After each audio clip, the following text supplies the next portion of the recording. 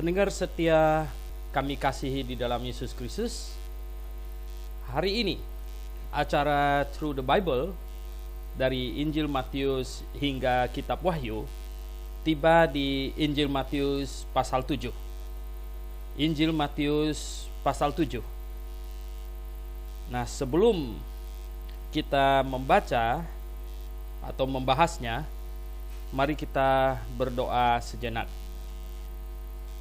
Bapa di dalam sorga, kami mohon pimpinan-Mu di dalam mempelajari firman-Mu. Berkati akal budi yang Kau berikan pada kami, agar itu dapat dipakai dengan sebaik-baiknya untuk memahami kebenaran firman-Mu. Kami berdoa dalam nama Yesus Kristus, Juru Selamat kami yang hidup. Amin.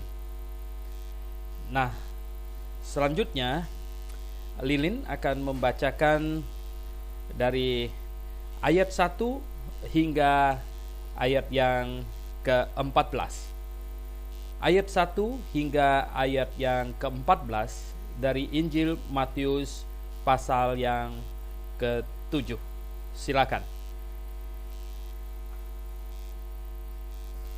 Jangan kamu menghakimi supaya kamu tidak dihakimi. Karena dengan penghakiman yang kamu pakai untuk menghakimi, kamu akan dihakimi, dan ukuran yang kamu pakai untuk mengukur akan diukurkan kepadamu.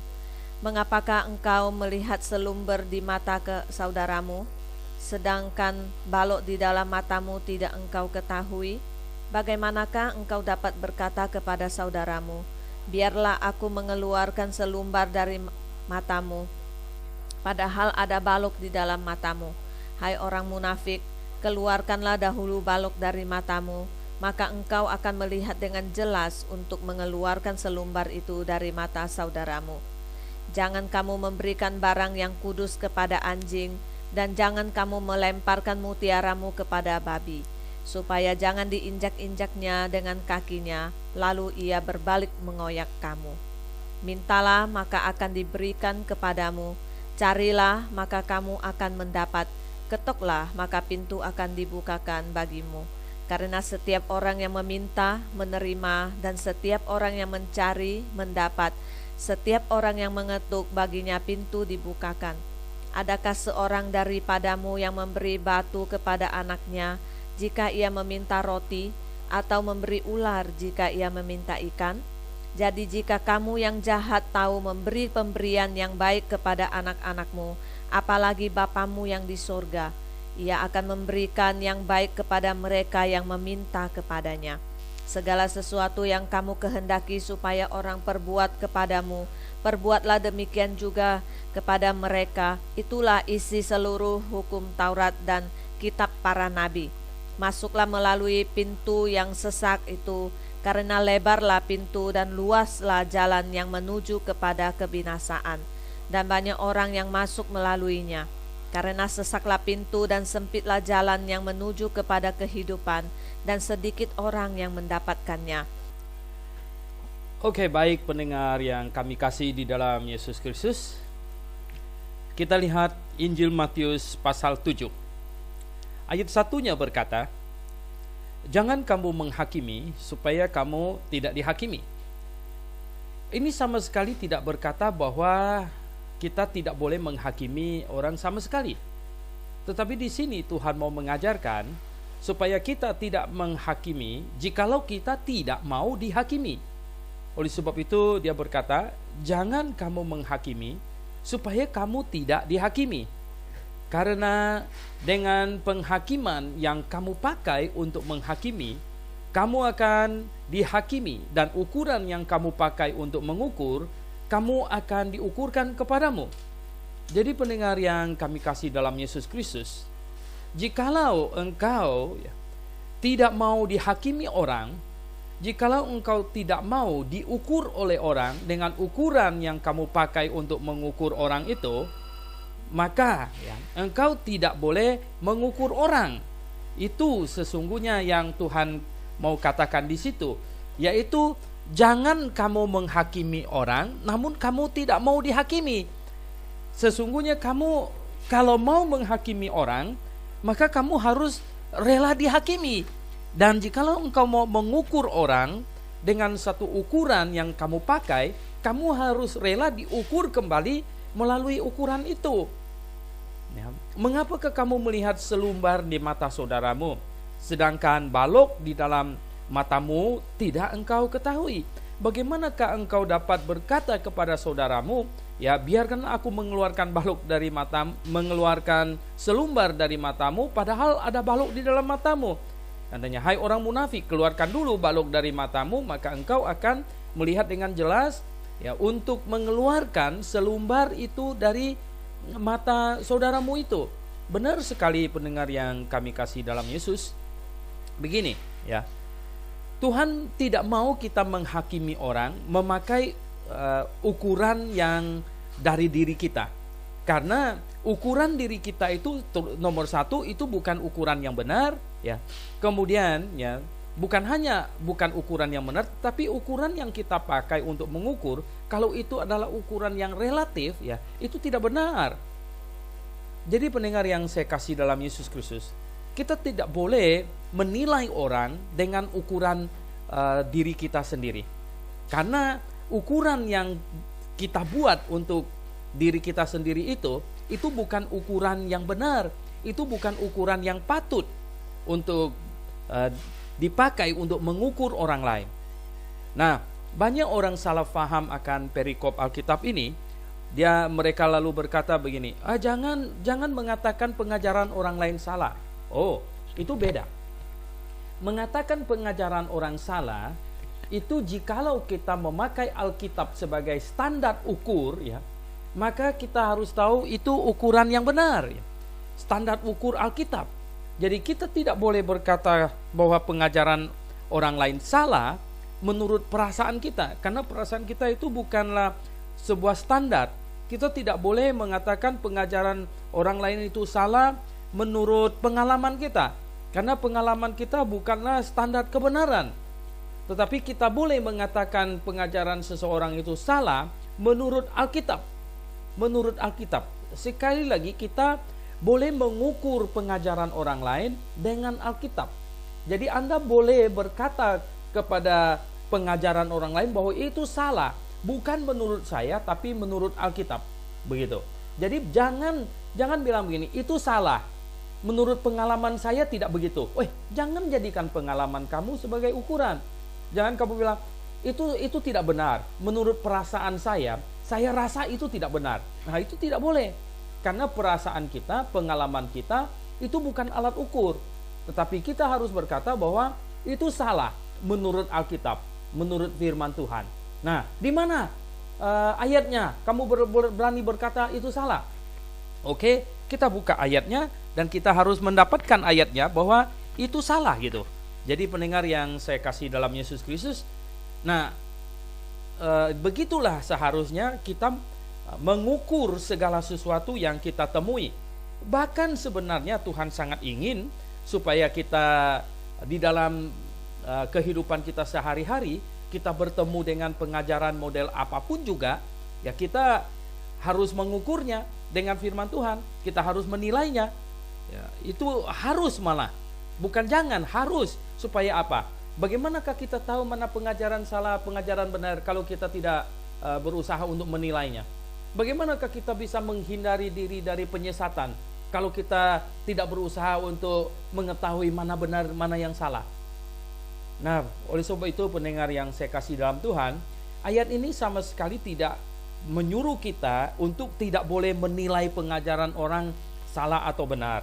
Bahkan di dalam Injil Yohanes ya pasal yang ke-8 ya. Injil Yohanes pasal yang ke-8 kita lihat. Injil Yohanes pasal yang ke-8 di situ di ayat yang ke-15 ya. Pasal 8 ayat yang ke-15 dan di pasal 7 ayat 24. Nah, kita baca dulu yang pasal 7 ayat 24. Janganlah menghakimi menurut apa yang nampak, tetapi hakimilah dengan adil, katanya. Berarti Tuhan mau kita menghakimi, hanya tidak boleh menghakimi menurut apa yang nampak. Itu belum tentu kebenaran itu pada apa yang nampak saja. Mungkin ada hal yang tidak nampak, yang kita tidak ketahui. Oleh sebab itu kita harus menghakimi dengan adil katanya. Di pasal 8-nya ayat 15 berkata, kamu menghakimi menurut ukuran manusia. Aku tidak menghakimi seorang pun. Ya, Tuhan memang waktu dia datang, kedatangan yang pertama kali, dia bukan datang sebagai hakim, dia datang sebagai juru selamat. Nanti ada saatnya ia datang sebagai hakim. Nah, di sini dikatakan menghakimi menurut ukuran manusia. Kita tidak boleh menghakimi menurut ukuran manusia, karena ukuran manusia itu bukan kebenaran. Di dalam surat Rasul Paulus kepada jemaat di Korintus, kalau kita lihat di 1 Korintus pasal yang ke-6, jikalau pendengar ada pegang Alkitab, silakan buka di 1 Korintus pasal yang ke-5 dan 6. Nah, di situ dikatakan di ayat 12 pasal 5, 1 Korintus pasal 5 ayat 15 berkata, sebab dengan wewenang apakah aku menghakimi mereka yang berada di luar jemaat? Bukankah kamu hanya menghakimi mereka yang berada di dalam jemaat? Nah, berarti orang Kristen, anggota jemaat, itu harus pintar menghakimi. Dan kita harus melakukan penghakiman. Penghakiman bukan atas mereka yang di luar jemaat, tapi menghakimi orang yang di dalam jemaat. Jadi jikalau anggota jemaat melakukan sesuatu yang salah, maka kita harus dapat menghakiminya dengan benar, yaitu menghakiminya menurut undang-undangnya mana, aturannya mana, yaitu melalui Alkitab. Jadi kita menghakimi yang anggota jemaat. Kita tidak boleh menghakimi orang yang bukan anggota jemaat kita. Itu ketentuan Alkitab. Nah, bahkan di pasal 6 kalau kita baca terus ya, bahwa nanti kita akan menghakimi dunia ini katanya. Kita akan menghakimi dunia ini. Bahkan nanti kita akan menghakimi malaikat-malaikat. Di ayat 3 dikatakan, tidak tahukah kamu bahwa kita akan menghakimi malaikat-malaikat? Jadi bagaimana kita tidak latihan menghakimi dulu, kalau nanti kita akan menghakimi malaikat? Nah, anak Tuhan, orang Kristen harus bisa menghakimi dengan baik. Menghakimi dengan baik tentu bukan menurut perasaan kita, menurut pengalaman kita dan lain sebagainya. Anda bagaimana jikalau Anda duduk di pengadilan dan hakimnya tidak mau pakai undang-undang mana, ya dia pokoknya dia menghakimi menurut perasaannya dia. Anda bisa terima itu? Kita tidak bisa terima. Ya, bagaimana saya mau diadili sesuai dengan perasaan hakim itu?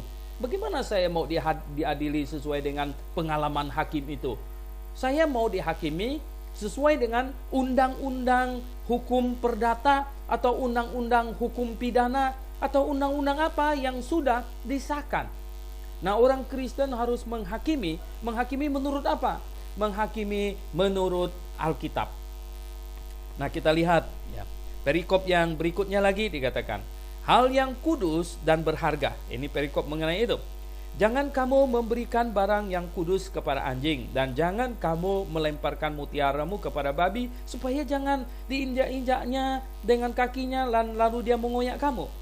Pendengar yang saya kasih dalam Yesus Kristus, kadang-kadang ya di dalam memberitakan Injil, kita bertemu dengan orang yang sama sekali tidak menghargai hal-hal rohani. Kita bertemu dengan orang yang mengejek, mengolok. Kita bertemu dengan orang yang ya tidak ada sedikit pun di dalam hatinya maupun di dalam pikirannya tentang Tuhan. Nah, terhadap orang yang demikian, oke, kita sudah memberitakan Injil, dan jikalau dia olok-olok, kita harus ingat akan perkataan Tuhan ini. Jangan kamu memberikan barang yang kudus kepada anjing, dan jangan melemparkan mutiaramu kepada babi. Pendengar yang saya kasih dalam Yesus Kristus, kita diperintahkan untuk memberitakan Injil. Tetapi jikalau orang mengolok-olok Injil, jikalau orang ya mungkin tidak menghargai kemurahan yang Allah tunjukkan melalui Injil, maka dia dapat dilihat sebagai anjing yang tidak dapat menghargai barang kudus, dan babi yang tidak mengerti tentang mutiara. Memang sering kita jumpai hal-hal yang demikian. Kita kasihan kepada orang itu. Bagaimana nanti dia akan masuk ke neraka kalau dia tidak percaya kepada Tuhan Yesus? Dia akan masuk neraka. Tetapi dia ternyata bahkan jangankan menerima, mendengar dengan baik pun berita Injil yang kita sampaikan dia tidak mau. Bayangkan ya, dia bagaikan anjing yang tidak bisa menghargai barang yang kudus. Dia bagaikan babi yang tidak mengerti bahwa mutiara itu sungguh-sungguh ya, barang yang sangat berharga. Dia tidak mengerti. Pendengar yang saya kasih dalam Yesus Kristus. Dan kita lihat perikop yang berikutnya. Mintalah maka akan diberikan kepadamu. Ini mengenai minta. Cari kamu akan dapat kan ya. Ketuk maka pintu akan dibukakan padamu. Nah, Tuhan kasihkan hukum normatifnya. Hukum normatifnya itu adalah setiap orang yang meminta menerima, dan setiap orang yang mencari mendapat, dan setiap orang yang mengetuk pintu baginya pintu dibukakan. Ini adalah hukum normatif ya. Mungkin ada orang yang berkata begini, mengapa ada yang mencari dan tidak mendapat? Mengapa ada yang tidak diberi? Mengapa ada yang mengetuk pintu dan pintu tidak dibukakan baginya? Oh ya, jelas. Dalam kehidupan kita banyak anak meminta dan orang tuanya tidak kasih. Dan banyak orang mencari dan tidak dapat. Dan ada banyak orang juga yang sudah mengetuk pintu, ternyata tidak dibukakan pintu, malah orang di dalamnya marah-marah misalnya. Nah, mengapa? Ya, tentu karena ada sebab yang lain. Tetapi hukum normatifnya adalah orang yang meminta akan mendapat. Orang yang meminta akan diberikan. Orang yang mencari akan mendapat. Dan orang yang mengetuk pintu, pintu akan dibukakan baginya. Ini hukum normatifnya. Artinya apa? Jikalau dalam keadaan normal gitu. Jikalau dalam keadaan normal, maka orang yang meminta akan mendapat. Orang yang mencari akan mendapat. Ya, orang meminta akan diberikan. Orang yang mencari akan mendapat. Orang yang mengetuk pintu, pintu akan dibukakan baginya. Ini hukum normatifnya. Jadi pendengar yang saya kasih dalam Yesus Kristus. Dengan demikian maka orang yang meminta, apakah karena ada orang lain yang meminta tidak dapat, tidak diberi, lalu kita sama sekali tidak mau meminta? Tidak ada di dunia orang macam begitu. Ya, walaupun ada anak-anak yang meminta orang tuanya tidak kasih, toh Tuhan mau supaya anak-anak tetap meminta kepada orang tuanya. Toh kehidupan normal sehari-hari anak-anak tetap meminta. Ada orang yang mencari dan tidak mendapat, tetapi dalam kehidupan sehari-hari orang tetap mencari. Demikian juga mengetuk pintu dan seterusnya. Di sini katakan, nah hukum normatif ini berlaku di antara manusia. Adalah seorang yang katanya adalah seorang daripadamu, adakah seorang daripadamu yang memberi batu kepada anaknya jika ia meminta roti? Ya, kalau anak meminta roti tentu tidak mungkin dikasih batu. Tapi kalau anak minta pistol, tidak akan dikasih pistol ya. Akan dikasih roti. Kalau anak meminta roti, akan dikasih roti ya. Tidak mungkin dikasih batu. Tapi kalau anak minta pisau ya, kita tidak segera kasih pisau. Mengapa? Oh, karena itu pisau tidak baik begitu. Nah, tadi saya katakan hukum normatifnya itu kalau ada orang meminta maka akan mendapat. Kalau ada orang yang mengetuk pintu, pintu akan dibukakan baginya. Normatifnya. Ya, kalau anak meminta roti itu normal, dia minta roti, tidak mungkin dikasihkan batu ya. Tetapi kalau anak minta racun, kita bilang, itu bahaya, enggak dikasih gitu. Jadi pendengar yang saya kasih dalam Yesus Kristus, nah di sini artinya begini, jikalau kita minta sesuatu yang wajar, yang normal, yang baik ya, Tuhan pasti akan kasih kepada kita. Tapi jangan minta yang aneh-aneh, jangan minta sesuatu yang mencerminkan keegoisan kita. Jangan meminta sesuatu yang menunjukkan ya ketamakan kita. Itu di luar normal ya. Malah Tuhan marah sama kita. Mengapa minta yang begitu? Kamu tamak sekali. Karena di sini dikatakan jika kamu yang jahat dapat memberi pemberian yang baik kepada anak-anakmu, apalagi Bapamu yang di sorga, Ia akan memberikan yang baik kepada mereka yang meminta kepadanya. Oh, Bapa di sorga jauh lebih mengasihi kita daripada Bapa di dunia ini mengasihi anak-anaknya.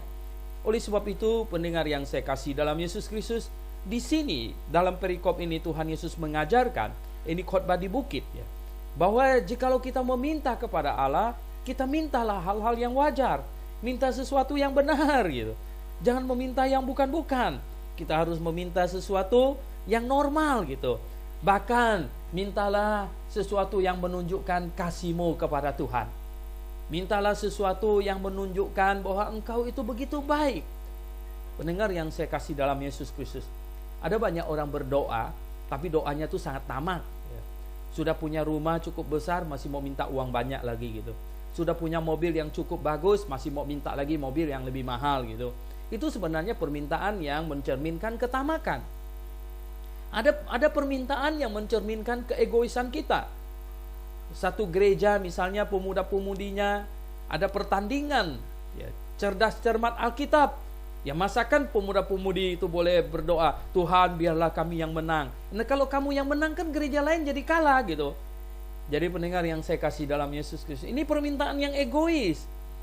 Doa yang benar adalah, Tuhan biarlah kami bermain dengan jujur ya.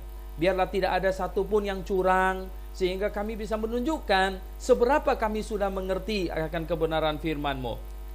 Pendengar yang saya kasih dalam Yesus Kristus, jikalau kita minta sesuatu yang normal, maka Tuhan pasti akan memberikan itu kepada kita. Bahkan lebih lagi jikalau kita meminta sesuatu yang baik. Kalau kita berdoa dan isi doa kita adalah untuk Tuhan, oh Tuhan akan senang sekali. Tuhan akan senang sekali. Waktu saya di Amerika, saya punya gembala sidang di sana, rektor saya, dia sudah lumayan tua, dia punya cucu. Satu hari cucunya mau dekat Natal berkata, Opa minta uang, papau, dia bilang minta uang ya, $20 ya. Kakeknya bilang, anak kecil mau pinta $20 untuk apa?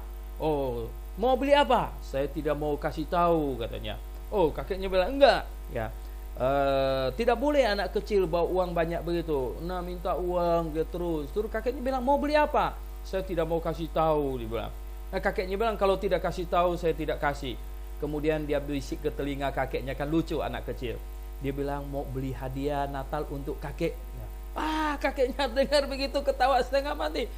Mau beli hadiah untuk saya. Ini bawa, dia bilang $50. Jadi dikasih malah lebih banyak. Mengapa? Karena dia mau beli hadiah untuk kakeknya sendiri. Pendengar yang saya kasih dalam Yesus, kalau kita berdoa, kita meminta dari Tuhan, kalau intinya, ujungnya adalah untuk Tuhan, maka Tuhan akan bahagia sekali dengan doa kita. Tuhan, berikanlah saya tubuh yang sehat, supaya saya bisa melayani Engkau dengan baik, dengan tubuh yang sehat itu. Tuhan, berikanlah saya mobil, supaya mobil itu bisa dipakai untuk melayani-Mu. Tuhan, berikanlah saya rumah, supaya saya bisa ada persekutuan di rumah saya. Berikanlah saya rumah yang besar, supaya tampung lebih banyak orang bersekutu di rumah saya. Oh, Tuhan akan berikan ya. Tuhan, berikanlah saya uang, saya mau mendukung penginjilan, saya mau mendukung program penginjilan ya. Tuhan pasti akan senang dengan permintaan yang demikian. Jadi pendengar yang saya kasih dalam Yesus Kristus, nah di sini dikatakan lagi di ayat 12 sampai yang ke 14 di sini. Ini sesuatu yang sungguh indah, luar biasa sekali.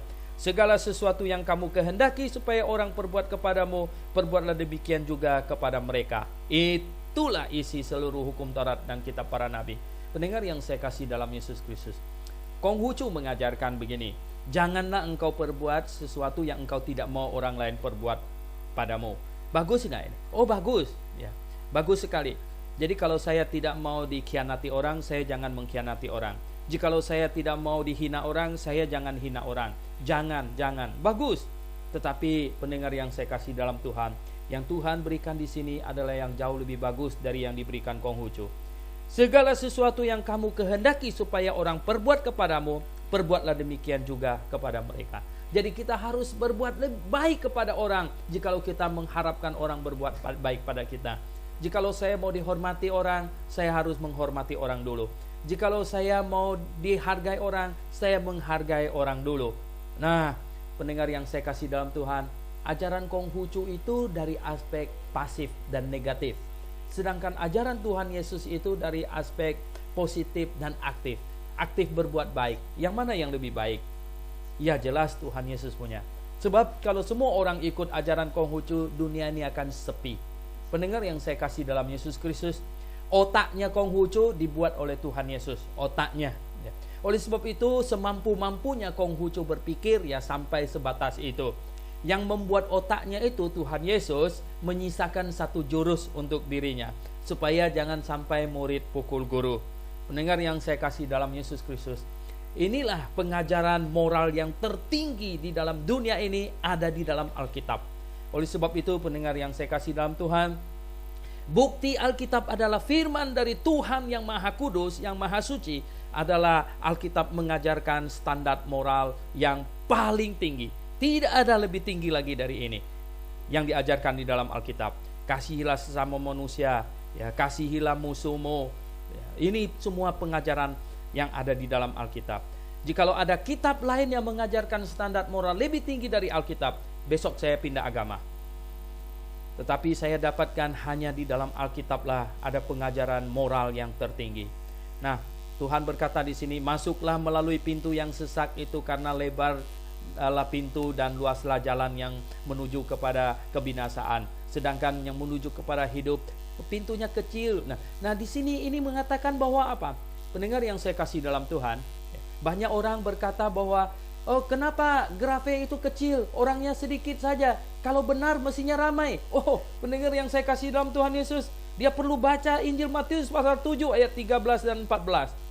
Jalan menuju kepada kebenaran itu sempit, yang masuk situ sedikit, sedangkan jalan menuju kepada kesesatan itu jalannya luas, lebar. Ya, oleh sebab itu banyak orang datang ramai ke sana. Pendengar yang saya kasih dalam Yesus Kristus, banyak sedikitnya orang pergi ke satu tempat atau gereja atau agama, itu tidak menunjukkan dia benar apa salah, tapi dasar pengajarannya benar apa salah diukur dengan Alkitab. Oh, pendengar yang saya kasih dalam Tuhan, dan kita lihat ya sampai di sini ya, ini pengajaran firman Tuhan. Oke? Nah, kita akan teruskan perikop yang berikutnya lagi. Waspadalah terhadap nabi-nabi palsu yang datang kepadamu dengan menyamar seperti domba, tetapi sesungguhnya mereka adalah serigala yang buas. Dari buahnya lah kamu akan mengenal mereka. Dapatkah orang memetik buah anggur dari semak duri, atau buah ara dari rumput duri? Demikianlah setiap pohon yang baik menghasilkan buah yang baik, sedang pohon yang tidak baik menghasilkan buah yang tidak baik. Tidak mungkin pohon yang baik itu menghasilkan buah yang tidak baik, ataupun pohon yang tidak baik itu menghasilkan buah yang baik. Dan setiap pohon yang tidak menghasilkan buah yang baik pasti ditebang dan dibuang ke dalam api. Jadi dari buahnya lah kamu akan mengenal mereka. Bukan setiap orang yang berseru kepadaku, Tuhan, Tuhan, akan masuk ke dalam kerajaan sorga, melainkan dia yang melakukan kehendak Bapa-Ku yang di sorga. Pada hari terakhir banyak orang akan berseru kepadaku, Tuhan, Tuhan, bukankah kami bernubuat demi namamu, dan mengusir setan demi namamu, dan mengadakan banyak mujizat demi namamu juga? Pada waktu itulah aku akan berseru terus terang kepada mereka dan berkata, aku tidak pernah mengenal kamu, enyalah daripadaku kamu sekalian pembuat kejahatan. Setiap orang yang mendengar perkataanku ini dan melakukannya, ia sama dengan orang yang bijaksana, yang mendirikan rumahnya di atas batu. Kemudian turunlah hujan dan datanglah banjir, lalu angin melanda rumah itu, tetapi rumah itu tidak rubuh sebab didirikan di atas batu. Tetapi setiap orang yang mendengar perkataanku ini dan tidak melakukannya, ia sama dengan orang yang bodoh, yang mendirikan rumahnya di atas pasir. Kemudian turunlah hujan dan datanglah banjir, lalu angin melanda rumah itu, sehingga rubuhlah rumah itu dan hebatlah kerusakannya.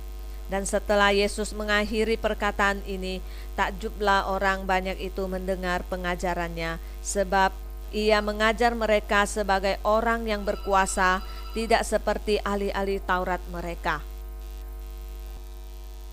Oke, selanjutnya kita melihat dari ayat 15 sampai dengan ayat yang ke-29. ayat 15 sampai dengan ayat yang ke-29 ya. Nah, di sini dikatakan waspadalah terhadap nabi-nabi palsu ya. Ini perikop ayat 15 sampai ayat 23 ini adalah mengenai peringatan tentang pengajaran sesat yang Tuhan sampaikan kepada orang-orang yang mendengarkan khotbahnya di atas bukit itu. Dia suruh supaya semua orang mewaspadai nabi-nabi palsu yang datang kepadamu dengan menyamar seperti domba. Ingat ya, nabi palsu itu tidak memakai nama iblis. Mereka juga tidak memakai identitas mereka yang asli, tapi mereka menyamar seperti domba. Jadi sepertinya mereka itu orang Kristen yang baik begitu. Tetapi ingat ya, itu nabi palsu ya, itu diketahui dari apanya? Dari pengajarannya ya. Tetapi sesungguhnya mereka adalah serigala yang buas katanya. Jadi hati-hati ya, serigala yang buas bisa jadi. Oleh sebab itu di sini Tuhan mau kita mewaspadai semua orang dan semua pengajaran yang kita dengar itu. Jadilah orang Kristen yang kritis. Jangan jadi orang Kristen yang ikut-ikutan. Jadilah orang Kristen yang penuh pengertian. Di dalam Roma pasal yang ke-10 ya, surat Rasul Paulus kepada jemaat Roma pasalnya yang ke-10 di situ dia katakan begini, saudara-saudara, keinginan hatiku dan doaku kepada Tuhan ialah supaya mereka diselamatkan, sebab aku dapat memberi kesaksian tentang mereka bahwa mereka sungguh-sungguh giat untuk Allah tetapi tanpa pengertian yang benar. Mereka sungguh-sungguh giat untuk Allah tetapi tanpa pengertian yang benar katanya. Nah, janganlah menjadi orang Kristen yang begitu giat tetapi ternyata tidak disertai pengertian yang benar. Yang macam begini akan habis disikat oleh serigala yang berbulu domba. Karena apa? Karena menjadi orang Kristen tanpa pengertian. Jadi pendengar yang saya kasih dalam Yesus Kristus, di sini katanya. Nah, dari buahnya lah kamu akan mengenal mereka. Dapatkah orang memetik buah anggur dari semak duri atau buah ara dari rumput duri? Katanya. Demikianlah setiap pohon yang baik menghasilkan buah yang baik, sedangkan pohon yang tidak baik akan menghasilkan buah yang tidak baik katanya. Tidak mungkin kalau kita ini pohon yang baik menghasilkan buah yang tidak baik, atau pohon yang tidak baik lalu menghasilkan buah yang baik katanya. Dan setiap pohon yang tidak menghasilkan buah yang baik pasti ditebang dan dibuang ke dalam api.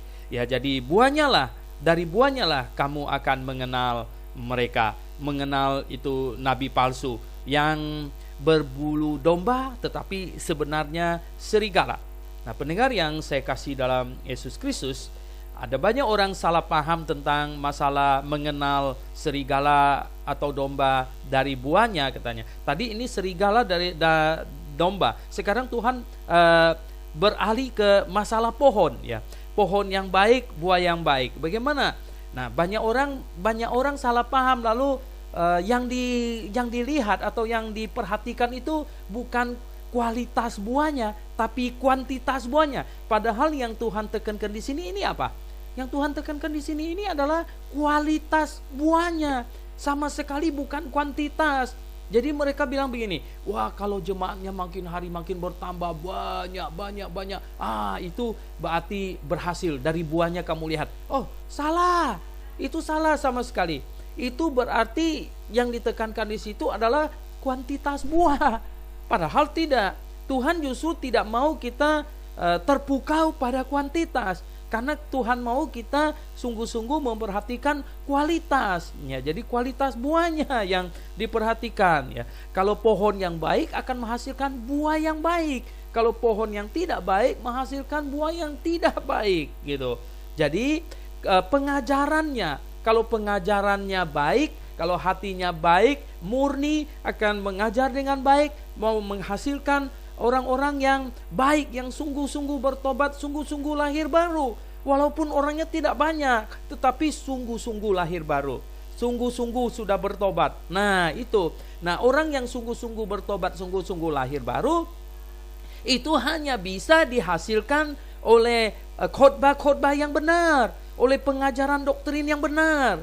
Nah kalau pengajaran gerejanya hanya mementingkan soal berkat-berkat melulu, hanya tawarkan berkat, khotbahnya hanya cerita pengalaman, hanya kesaksian, diselingin nyanyi dan lain sebagainya, ini tidak mungkin menghasilkan buah yang baik, karena khotbahnya tidak baik gitu, karena pengajaran gereja itu tidak baik, karena yang ditekankan di situ itu bukan pengajaran doktrinal.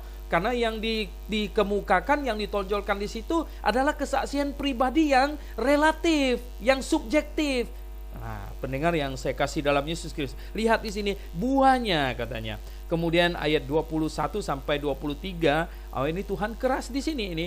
Tuhan berkata, bukan setiap orang yang berseru kepadaku Tuhan, Tuhan akan masuk ke dalam kerajaan sorga, melainkan dia yang melakukan kehendak Bapa-Ku yang di sorga.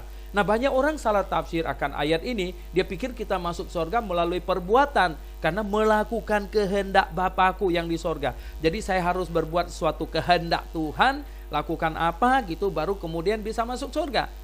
Tuhan tidak bicara itu di situ. Nah coba lihat di ini ya, kehendak Bapa-Ku yang mana yang melakukan kehendak Bapa. Coba baca di dalam Injil Yohanes pasal 6. Injil Yohanes pasal 6 ayat 28-29. Bunyinya demikian. Lalu kata mereka kepadanya, apakah yang harus kami perbuat supaya kami mengerjakan pekerjaan yang dikehendaki Allah? Jawab Yesus kepada mereka, inilah pekerjaan yang dikehendaki Allah, yaitu hendaklah kamu percaya kepada Dia yang telah diutus Allah. Apakah kehendak Allah yang harus dilakukan? Yaitu percaya kepada Dia yang telah diutus Allah. Percaya kepada Yesus Kristus, itu adalah kehendak Allah. Pendengar yang saya kasih dalam Yesus Kristus, jadi bukan orang yang teriak-teriak kepada Tuhan tapi tidak percaya sungguh-sungguh kepadanya. Nah, tidak percaya akan firman-Nya. Kita harus sungguh-sungguh percaya kepada Tuhan Yesus dengan segenap hati kita. Nah kemudian katanya di ayat 22, pada hari terakhir, yaitu menjelang Tuhan datang untuk mengangkat kita, pada hari terakhir banyak orang akan berseru kepadaku, Tuhan, Tuhan, bukankah kami bernubuat demi namamu, mengusir setan demi namamu, dan mengadakan banyak mujizat demi namamu? Pada waktu itu aku akan berterus terang kepada mereka dan berkata, aku tidak pernah mengenal kamu, enyahlah daripadaku, kamu sekalian pembuat kejahatan. Benar yang saya kasih dalam Tuhan. Ini orang berteriak kepada Tuhan ini, Tuhan, Tuhan, kami katanya, kami bernubuat demi namamu, kami mengusir setan demi namamu, kemudian kami melakukan mujizat demi namamu. Ada 3 hal ini, 3 hal, bernubuat, kemudian mengusir setan, kemudian melakukan mujizat demi nama Tuhan. Nah mengapa di sini Tuhan tidak berkata kami berkhotbah demi namamu? Tidak ya. Kenapa? Karena nubuatan itu pada hari terakhir itu sudah tidak ada. Ya, nubuatan berhenti sejak wahyu dihentikan. Wahyu kapan dihentikan? Sejak pewahyuan sampai kitab Wahyu pasal 22 ayat 21, itu adalah wahyu terakhir, dan sesudah itu Tuhan tidak turunkan wahyu lagi. Nah, karena Tuhan tidak turunkan wahyu lagi sesudah itu, maka sesungguhnya tidak ada lagi orang yang bernubuat sesudah itu. Tidak ada lagi orang yang bernubuat. Ya, wahyu terakhir diturunkan kepada Rasul Yohanes di Pulau Patmos. Itu kira-kira tahun 98-an. Nah, sesudah itu Tuhan tidak turunkan wahyu lagi. Alkitab kita adalah satu-satunya firman Tuhan. Di luar Alkitab tidak ada firman Tuhan. Alkitab kita adalah satu-satunya firman Tuhan yang sudah definit, sudah pasti. Oleh sebab itu tidak ada lagi orang bernubuat sesudah itu. Nah, orang yang bernubuat jelas bukan dari Tuhan. Oleh sebab itu Tuhan tidak kenalnya, karena dia bukan dari Tuhan Yesus. Dia hanya pakai nama Tuhan Yesus saja, yang menyuruh kepada Tuhan Yesus, Tuhan, Tuhan gitu. Tapi Tuhan tidak mengenalnya. Lalu mengusir setan itu gimana? Pendengar yang saya kasih dalam Yesus Kristus, pada zaman Tuhan Yesus, dia mengusir setan, itu menunjukkan dia Allah yang maha kuasa, yang berkuasa atas manusia, alam semesta, dan berkuasa juga atas iblis. Nah, pada waktu zaman rasul-rasul, Rasul-rasul mengusir setan untuk menunjukkan apa? Bahwa mereka adalah rasul yang diberi kuasa oleh Tuhan untuk menaklukkan semua kekuatan di muka bumi ini, termasuk iblis. Tetapi hari ini kita disuruh untuk mengusir setan? Enggak ada, ya. Kita disuruh untuk memberitakan Injil, dan barang siapa yang mendengar Injil, menerimanya, maka dia akan dimerdekakan. Jadi iblis tidak akan bisa menguasai orang yang menerima firman Tuhan. Di dalam Injil Yohanes pasal 8 ayat 31-32, coba perhatikan. Injil Yohanes pasal 8 ayat 31-32 bunyinya demikian. Maka katanya kepada orang-orang Yahudi yang percaya kepadanya, jikalau kamu tetap dalam firman-Ku, kamu benar-benar adalah murid-Ku, dan kamu akan mengetahui kebenaran, dan kebenaran itu akan memerdekakan kamu. Perhatikan, kebenaran itu akan memerdekakan kamu. Wah, sungguh luar biasa, ya. Kebenaran itu akan memerdekakan kamu. Jadi kita hanya perlu menyampaikan Injil. Kita hanya perlu memberitakan kebenaran. Nah, kalau orang itu percaya, orang itu menerima, dan kebenaran itu memerdekakan dia, dan iblis akan keluar dari orang itu. Mungkin ada yang bilang, nah bagaimana dia tidak bisa dengar Injil kok? Bagaimana dia bisa diberitakan Injil? Nah, pendengar yang saya kasih dalam Tuhan Yesus, coba dengarkan saya baik-baik, ya. Kalau orang itu tidak diberitakan Injil, dia tidak bisa dengar punya, itu orang bukan kerasukan setan, itu orang sakit jiwa, itu orang overstress, psikotik gitu. Kalau yang kerasukan iblis, nah itu orang itu masih bisa mengerti, dia masih bisa mengerti. Jadi kita perlu beritakan Injil kepadanya. Kalau dia terima Injil, maka iblis itu akan keluar dari dirinya. Tapi kalau dia tidak terima Injil, apakah kuasa kita?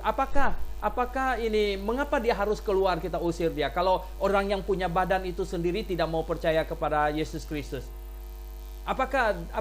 mengapa iblis mesti keluar? Iblis takut sama kamu? Muka kamu galak?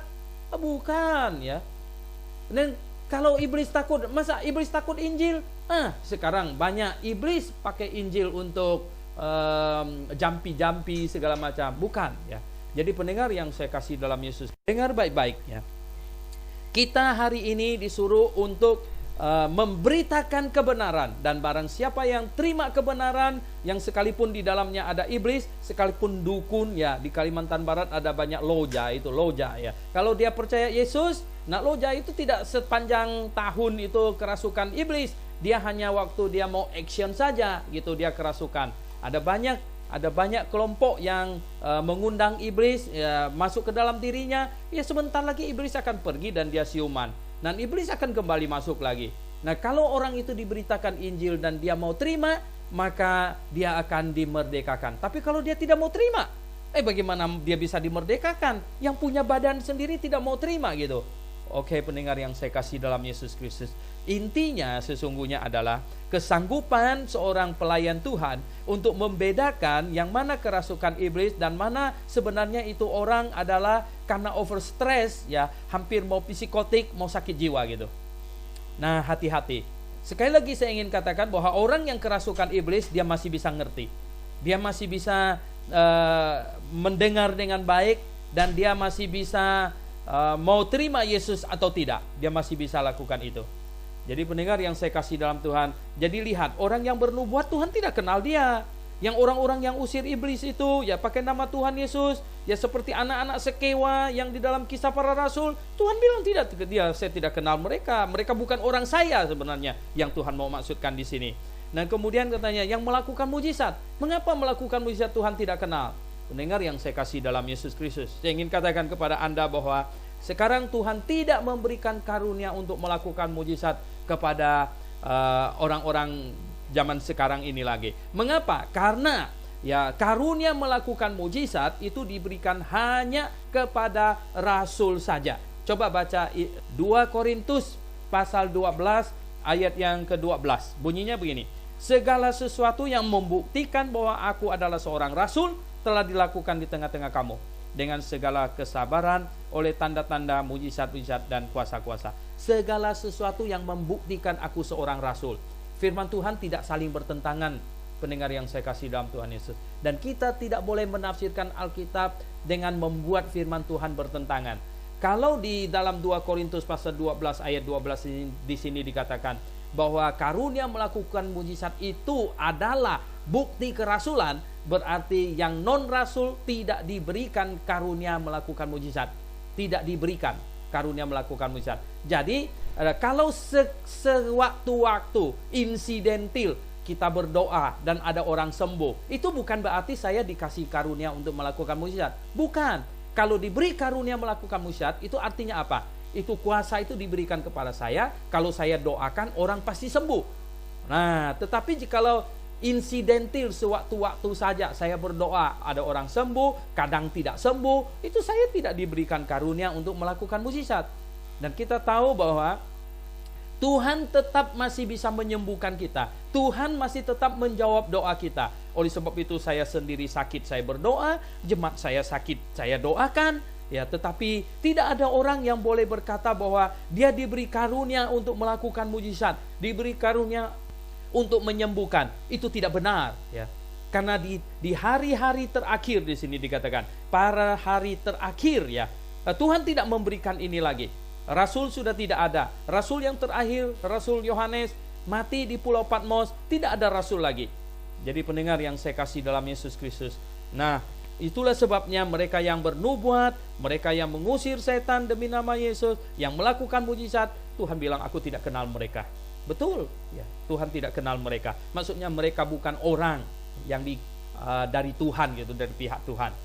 Nah, ayat 24 dan seterusnya, akhirnya Tuhan di akhir dari khotbahnya di bukit ini, Tuhan memberikan perumpamaan yang di sini dikatakan kalau orang bijak, ya, orang pintar itu mendengarkan khotbahnya akan menyimpan di dalam hatinya, sungguh-sungguh percaya. Itu seperti orang yang mendirikan rumah di atas batu. Hari ini kalau kita mau rumah kita kuat, kita mesti mendirikannya di atas batu. Nah, kalau tidak ada batu, kita bikin batu, yaitu kita dengan bikin beton bertulang. Nah, fondasinya beton bertulang. Nah, itu batu di atas batu. Nah, tidak ada orang yang mau mendirikan rumahnya di atas pasir, ya.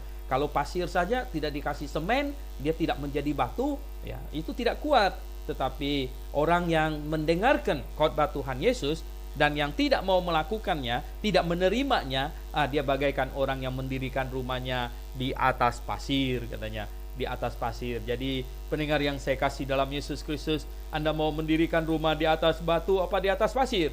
Nah, itu sangat tergantung kepada sikapmu terhadap firman Tuhan yang Anda dengar. Ya, kalau Anda sungguh berhikmat, ya pintar, maka dengar firman Tuhan, menyambutnya dengan segenap hati. Itu bagaikan orang yang mendirikan rumahnya di atas batu. Tetapi yang mendengarkan firman Tuhan, tidak menerimanya, dan tentu tidak melakukannya juga, maka dia seperti orang yang mendirikan rumahnya di atas pasir. Ya. Kemudian turun hujan, nah yang diri di atas batu akan kokoh kuat. Yang di atas pasir akan hanyut, ya, rumahnya akan roboh dan akan hanyut dan rusak parah. Jadi pendengar yang saya kasih dalam Yesus Kristus, mari kita sungguh-sungguh, ya, kita perhatikan, ya, pemberitaan firman Tuhan, pengajaran firman Tuhan. Ini kebenaran yang disampaikan kepada kita, acara Through the Bible, di mana kita mempelajari Alkitab satu hari satu pasal, ya, satu hari satu pasal. Dan kita akan selesaikan dari Injil Matius sampai kitab Wahyu satu hari satu pasal. Dan jikalau Anda adalah orang Kristen yang mau maju, yang ingin menjadi orang Kristen yang penuh pengertian, mari dengarkan firman Tuhan. Anda akan seperti orang pintar, orang bijak yang mendirikan rumah di atas batu, katanya. Oh, pendengar yang saya kasih dalam Yesus Kristus. Nah, banyak orang Kristen zaman sekarang ini hanya menyebut dirinya Kristen, tetapi dia tidak memiliki pengertian. Orang tanya itu tidak ngerti, tanya ini tidak ngerti, tapi menyebut dirinya orang Kristen.